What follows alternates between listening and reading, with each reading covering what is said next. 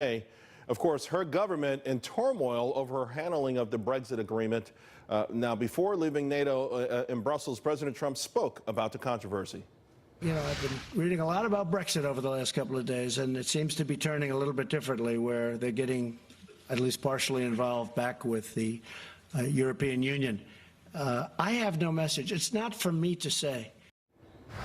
Here now to discuss Nile Gardiner, former special advisor to Lady Thatcher, currently director of the Heritage Foundation's Margaret Thatcher Center for Freedom. Hugo Gurdon is back with us from the Washington Examiner. Nile, I got to start with you because there's breaking news coming out of the U.K. You retweeted that it's a dynamite story. Apparently, President Trump is already throwing down the gauntlet. Tell us. Yes, that's absolutely right. So Donald Trump gave an absolutely extraordinary, explosive interview to the Sun newspaper, which is a very large newspaper here in Britain, very widely read, influential as well politically, where he explained that Theresa May's Brexit proposal that she unveiled last Friday, which prompted the resignation of David Davis, the Brexit secretary, and also Boris Johnson, the foreign secretary.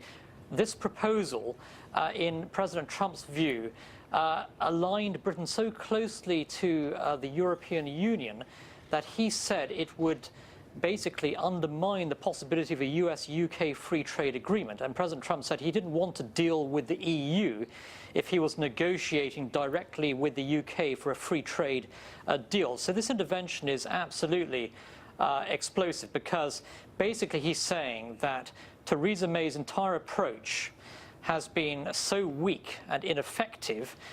In effect, it's a kind of surrender, actually, to the European Union that is actually going to undermine the possibility of a stronger U.S.-U.K. special relationship. So I think this is an extremely important intervention. It's going to greatly strengthen the hand of Brexiteers here in London who are deeply unhappy with Theresa May's And let me ask Hugo, because I mean, essentially, it undermines, to Niall's point, it undermines the will of the people also, Hugo. I mean, they didn't vote for a soft Brexit. There was no option of a soft Brexit. This was supposed to be a split from Brussels and all the other barnacles that come with that relationship. And you know, listen, I know President Trump said this morning he wasn't going to interfere. I thought that was refreshing, considering how Obama butted in and talked about putting Europe, UK rather, at the end of the queue.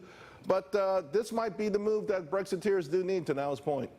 Well, certainly when Boris Johnson resigned, you know, he and others have said that they don't believe that the relationship that Theresa May is proposing for Britain with post-Brexit with the European Union fulfills the will of the people, and when they voted in 2016.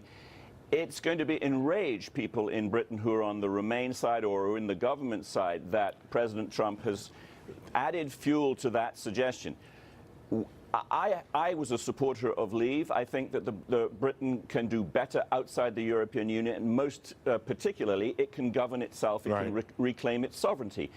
So my sympathies are very much with the leave side, and perhaps with what President Trump has said. But certainly, the intervention will not be regarded as diplomatically helpful to Theresa May. Gentlemen, thank you both very much. I've got some breaking news now. The Justice Department is moving to appeal the merger between AT&T and Time Warner. This a day after